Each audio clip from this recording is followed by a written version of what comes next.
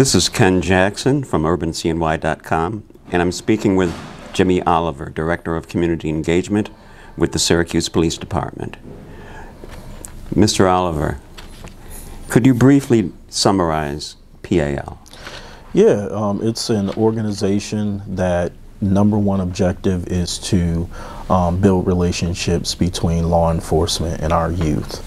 To talk about a summary, it must begin in July of 2020, when the idea was first approached to the mayor, deputy mayor, county executive, and Chief Buckner at the time, from a long-standing, community member, Otis Jennings, the former commissioner of Parks and Recreation and Youth Programs. He said to them, if you want to build relationships between the community and law enforcement, you have to start a PAL. He was very familiar with PAL in New York City. That's where he grew up. And then the second phase of that was to work with a group of individuals throughout our community, church members, nonprofit organizations, elected officials, to find best practices for PAL, so that it could fit into what Syracuse could be. And we looked at a variety of different places: Albany, Buffalo, Rochester, Detroit, Los Angeles, and those places told us to start small. If don't start this grandiose, it's a new idea, take baby steps. And we did that. And then it went to our announcement on June 7th of 2021 to the community. Hey, here we go. Here's our support system behind us. We had over 60 people standing behind us, from law enforcement agencies, from community partners, from individuals in our community who was going to support us going into that. And then we launched one-day camps, we did soccer, we did football, we did dance, and we only said 50 kids. That's what we want to try, 50 kids. And here we are now in 2023, where we have served over 4,000 kids in our community, over 150 law enforcement, not just in the Syracuse Police Department, but state troopers, sheriffs, the DeWitt Police Department, Oswego County, Syracuse University Public Safety Department, Chappelle, the FBI, district attorneys, all have engaged in helping us do this.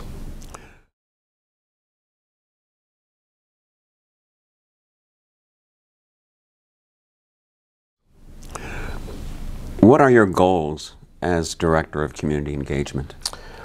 I want to show our community, our youth, and law enforcement, that if we begin to have conversation, we will find out we have more in common than we don't. We want kids to graduate from high school. That's a goal of mine. We're going to implement a program this year called Be Great Graduate. If a kid gets a better average in math, English, science, and social studies, they'll graduate from high school. They also got to go to school 96% of the time. And in order to do A and B, you got to have this, a caring adult meeting with you an hour a week to check up on how you're doing in those classes, how you engaged. Another thing is to get as many people as possible coming into the Syracuse Police Department for not paying for a boot, checking whether you have a warrant, checking whether you got a boot on your car. I want them to come in, and these are things that we have done. Is I'm coming here for my dance recital today at the police department. I'm coming here for jiu-jitsu.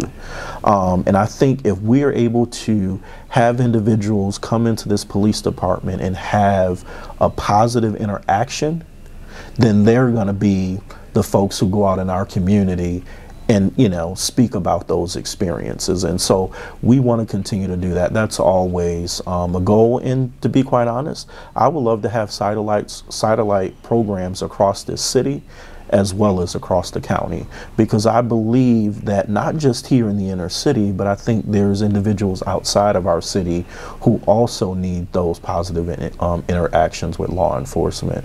So those are just a few that I have that we're continuing to work on. We would love to start a parent advisory committee that brings different ideas and perspectives to how we can make PAL here in Syracuse better. Would like to build a coalition between Buffalo, Rochester, and Albany and Utica, that we can collaborate and become the upstate New York PAL organization. Because again, the more kids, the more cops we can get in front of each other, I think the better off we're going to be.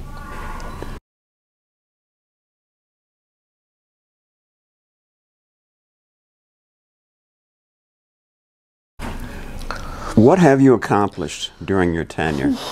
I would say we've had over 30 opportunities where individuals have come into this facility and have had positive interactions coming into the police department. We run our Black History Month art contest every year right here at the police department. These are individuals first time, some of them first time coming in the police department.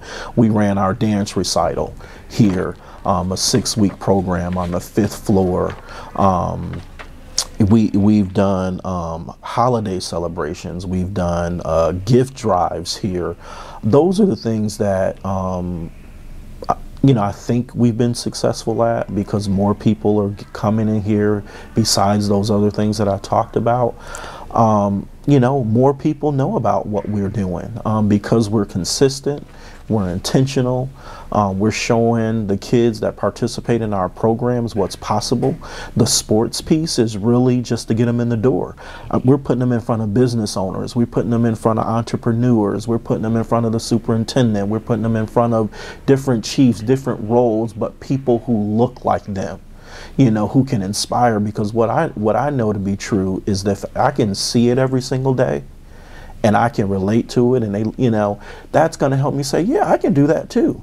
But if I don't have that access to you and don't know, because I feel like our kids are going through a tough time, especially coming out of the pandemic. We need to inspire them. We need to encourage them. We need to coach them. And we need to do those things consistently. And we need to do them intentionally. And being able to provide swim camp or STEAM camp or art camp or fishing or jujitsu, all those opportunities give us ways to plant seeds, in front of our young people, and we've been successful at it.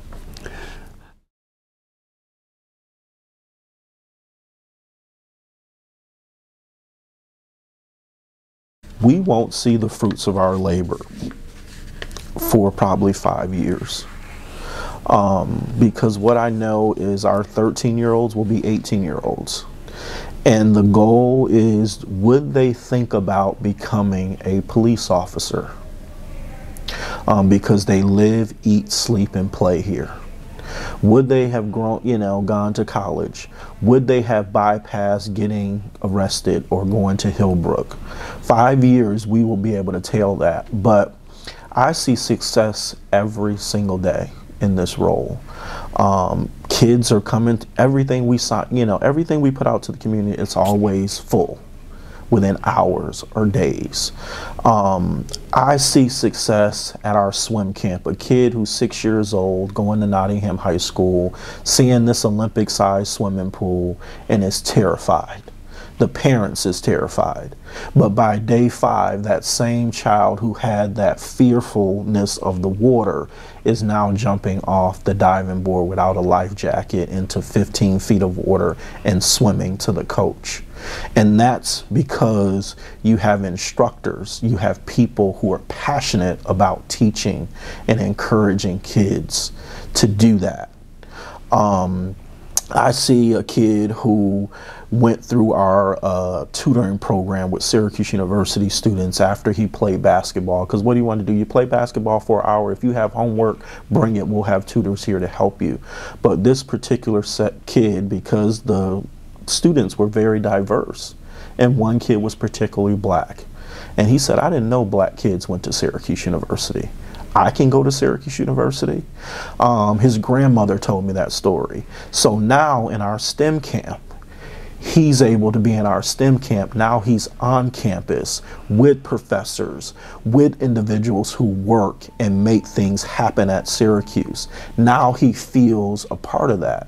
And the follow-up story is that his grandmother was like, he was ecstatic to come up to the STEM camp. Because again, he didn't think he could be there. He belonged there. Now he's up there living that as a 9-year-old. Planting that seed to say you can be a part of something, and now giving him that experience where he can touch it, feel it, smell it, you know, take it in. Now I'm walking on campus. I'm like a college student, but I'm 9 years old. And if we continue to put those things in front of our kids, they will decide to choose this instead of this. But we have to continue to coach them, give them direction. When they fail, we got to coach them some more. Because that's how I got where I am. People coach me. I started here, but along the way, your fraternity in particularly, because I had one of your fraternity brothers as my elementary school principal, who coached me every step of the way, showed me what was possible, gave me exposure to different things I couldn't see at my house because we couldn't afford it.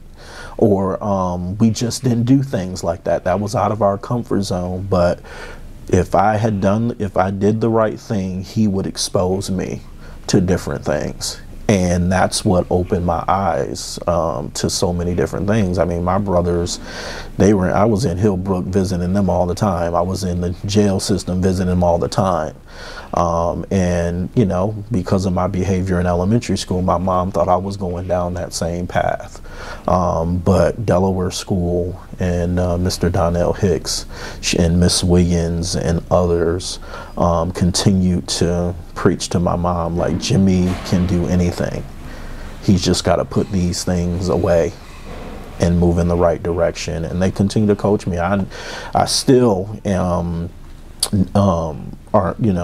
talk to my principals and elementary school teachers to this day because they made an impact. The reason why I'm doing what I'm doing is because of what they did back then. They gave a kid like me who was troubled an opportunity to be great. And then I had to make a decision.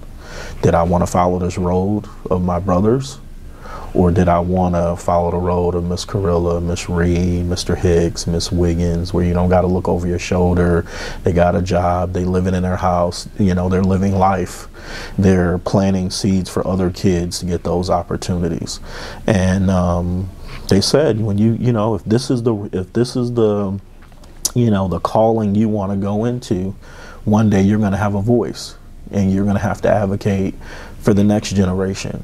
And if you can do that, that will be our thank you. And so every day, I've been in this work for 20 years. I've tried to do that to the best of my ability. And I've been, making mistakes here and there because you're going to make mistakes. And that's what I want kids to know. You're going to make mistakes. They're only going to make you better. I just had some really solid people that coached me along the way, and my mom did a fantastic job with us, but she taught us how to survive. She taught us to never forget where you came from, never forget who got you to where you are. She passed away when I was 15, and my elementary school principal and his wife took me in. And so, and again, that opened me up to a variety of different opportunities as well. And so I try to share those experiences with the kids today because they deserve that. And so that's what PAL is, a reflection of what I was exposed to when I was a 6, 7, 8, 9, 10, 11-year-old kid trying to find his way. And I feel like kids are trying to find their way, especially teenagers, 13 to 18-year-olds. So that's another one of our goals, is to all the resources that we put into our 6 to 12-year-old population, moving forward, we want to do the same things with our teens, because that's the population who needs us the most. That's the population who's getting targeted by outside influences the most. If we can wrap around services and ideas and things they want to do, we can start getting some of them to make different decisions as well. But we need support, as anything. You know, we need, what I tell people, we need your time. You know, I don't necessarily need your money. Our kids need your time. Come talk to them. Come and give them a high five. Coach them on the sideline. Come to STEM camp. Come to jiu-jitsu and have those conversations with our young people to tell them what they can do. And that's you know, that's what we're going to try to do and continue to do.